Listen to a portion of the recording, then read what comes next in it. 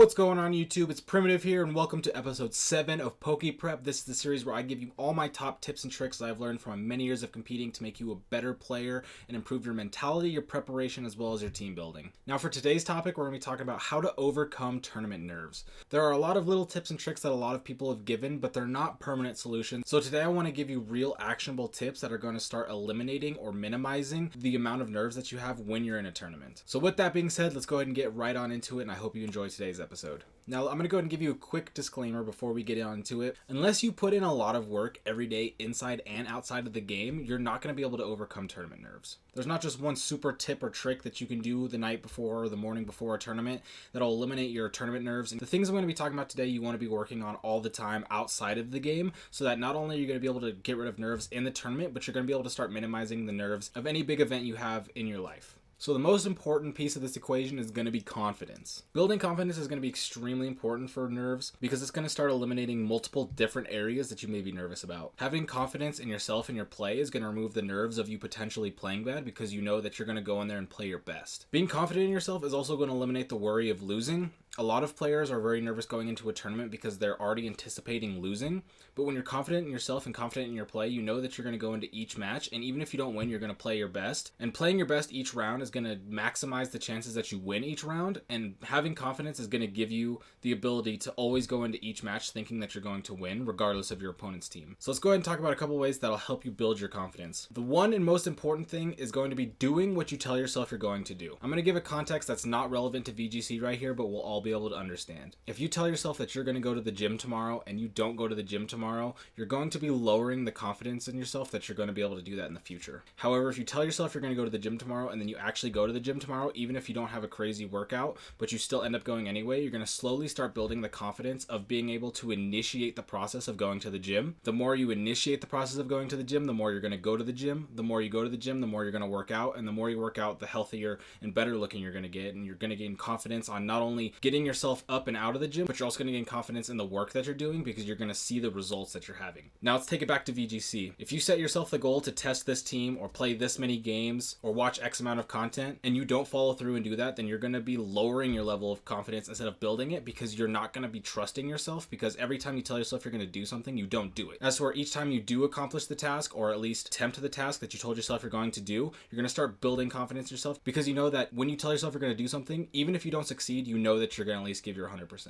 Another great thing you can do, which ties with the last one, is do a lot of things that are outside of your comfort zone. Working out could be one of those things because not only is it something that's very uncomfortable and not easy for a lot of people to do, but it is a great way to build confidence, build health, and build your self-image of yourself. But other uncomfortable things could be some things like meditating, taking a cold shower, something that's really hard like that, or it could be something a little more simple, like just sitting down and reading 10 pages of a book, getting a couple paragraphs of your essay done, staying at work for an extra 30 minutes just to get that work done that you need done. Whatever it is that is hard for you, everybody's comfort zone is going to be different. I'm not telling you to go out and do hard things like run a marathon if you've never even ran a mile before, but I am telling you that if you get out of your comfort zone and do things that you tell yourself you're going to do outside of that comfort zone, it's going to exponentially grow your confidence a lot more than the last one will, because unlike the last point where you tell yourself you're going to do something and you do it, those are usually daily tasks that you need to do anyway, as to where the things outside of your comfort zone are extra things that are going to provide you great benefit either in your health, your finances, your relationships, but are going to be very uncomfortable and very scary for you to do. But once you complete them, then it's going to make the next big scary thing easier for you to do until you keep doing them so much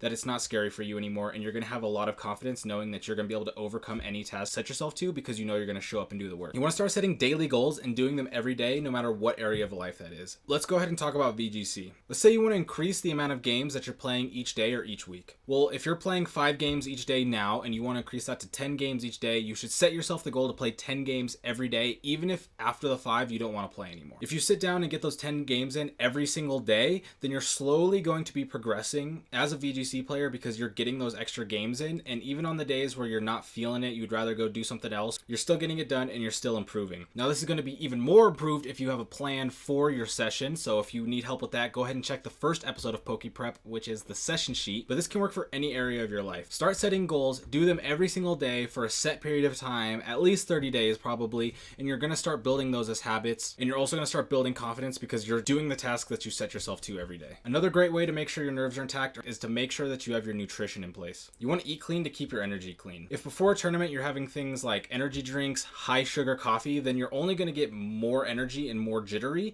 which is going to increase your nervousness level. You don't want to sit down for your first round of your match and feel like you're shaking and then have that boosted with the fact that you're nervous about playing, making it so you're not only shaking more, but you're mentally not in the right spot to be focusing on this game. You also really want to avoid the food that's sold at the venues as well as fast food when you're eating before and during a tournament. I highly recommend that if you're going to an IRL tournament that you get an Uber the day before the tournament and go to a grocery store and stock up. Not only is it going to be cheaper throughout the weekend to have food, but it's going to be much healthier and you're going to have much more variety. The foods at the venues and the fast foods are going to be terrible for you. They're going to be greasy, they're going to be salty, they're going to be sugary. As much as those are delicious, they're not going to keep you mentally clear, and when you're trying to win a VGC tournament, you need all of your mental clarity. And you want to be eating foods that's going to give you energy. And then just no matter what you have, you want to make sure you're incorporating something like slow burning carbs or protein to give you that extra energy. This is obvious. The more energy you have, the longer you're going to last throughout the tournament and the more clear you're going to be. But make sure that it's clean energy, not energy drinks. Next up, let's go ahead and talk about your preparation. Preparation is extremely important,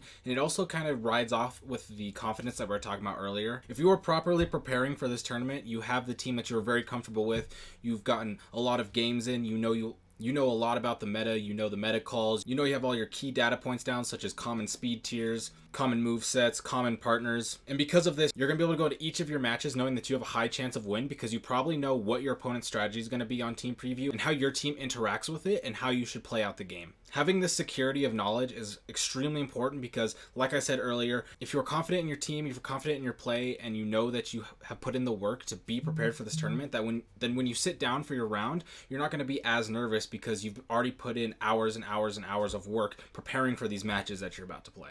Another thing is you need to work on worrying about names a lot less than you probably are right now. Many players will see that their opponent for their next round is going to be a large-scale player, such as Wolf Glick, and because of that, they start to freak out because they're playing somebody that they see on YouTube, somebody that they watch on Twitch, somebody who's won the World Championships or won regionals, and that's going to intimidate them. But the thing is that all Pokemon players are 100% human. They're all prone to mistakes. They all are prone to hacks. None of them have won every single tournament that they've played, which means that they've lost multiple matches in those tournaments.